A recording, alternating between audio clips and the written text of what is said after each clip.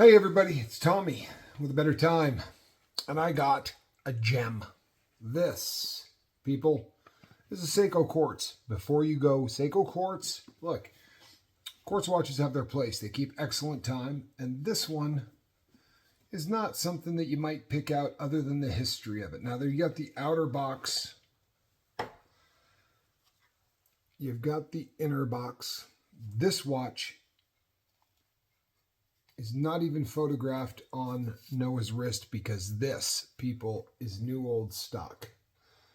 This watch is never, ever been on anyone's wrist. The person that bought this bought it right after the film Raker came out. And if you look at that, the price tag is still on the watch.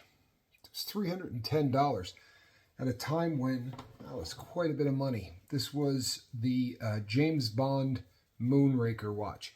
And when I say it's new old stock, people, how's that for band stretch?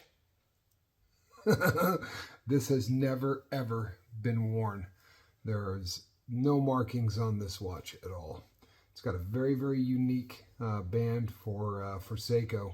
But this was the watch that Sir Roger Moore, my bad, hearing that. That Sir Roger Moore wore that Sir Roger Moore wore in the movie Raker. And he did some, and I don't mean the actual watch, I mean the model, but this is the Raker version of so this is a Bond watch. Now, there are a lot of watches that claim to be the Raker watch that aren't, because it's just one of those things that if it's very similar, does all the same things, you're going to hear people claim that that's the watch. It is not. And I'll show you how you can tell really easily. When you look at the side of this watch, and that's not any scuffs there, that is just fingerprints. So I can give that a little shine and get rid of that. But you've got the button there. And that button has a cool function. When you pull that button out, everything begins to start flashing and all of the different things start happening. So you can set the watch that way.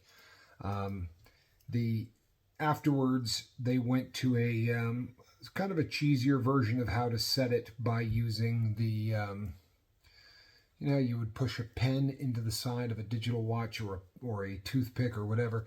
This one, when you pull that out, you're going to see the seconds start flashing, and then you can change it. When you push that back in, all that's going to stop. Obviously, you look at the crystal. There is not a mark on that crystal. There's not a mark on that watch. And again, the reason is that this watch was never worn. And the guy that bought it is a Canadian guy. And we bought his entire collection of watches. And he had quite a collection of watches. But this was in there. And when he purchased this watch, he removed the battery. And he took a little bit of Vaseline and actually put it onto the connectors, that all the places that make contact on the watch. And then, that sounded good, didn't it? Fortunately, that was not part of this watch. It was a pin. My desk is all things watch. But just shiny, no scratches, no nothing. So he figured that the Raker watch, because it was a Bond watch, was going to become collectible. And he bought it and he put it away. And boy, we're blessed that he did, because I'll argue that you want to buy a James Bond watch from history. If you're someone that collects Bond watches, you're not getting a better version of this Bond watch anywhere.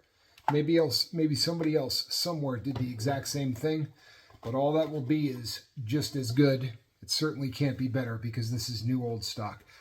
All of the literature is still in the box. This is their the digital type caliber M354 memory calendar watch, Seiko Quartz. This is going to be the warranty cards. It's actually a big thick thing, but it tells you all the different places. And then this is actually something Seiko did, and it's a pretty cool concept, especially considering this is a pretty complex watch, especially for its time. This is just a cheat sheet. It's a way that you can learn all the things that you have to learn about the watch Instead of going through the entire owner's manual, this is everything you need to know all in one little concise place. And all of that is there available as well. This watch is $2,000. And it is a chance to sort of crossing two categories. Number one, this is a very historic timepiece. It's in perfect shape. And if you just take inflation, we're basically charging about what the cost of the watch would be anyway. It was $310 back in the day. But it crosses the line because not only is it a vintage timepiece, but it's a Bond watch. I mean, what are the chances to get a Bond watch that no one has ever actually worn? And this is just an absolute beauty. And it's listed at $2,000, or as always, make us an offer. If if the offer's in the realm of possibility, then we're going to talk about it. If it's too small, we're not going to see it, and it won't offend us anyway. All right? So James Bond watch, M35, whatever, a lot of numbers. You can look at it. There's some really close-up pictures of it on the page, so get a look at those, and we wait to hear from you. Thanks. I'm Tommy with A Better Time, and we'll see you on the next watch.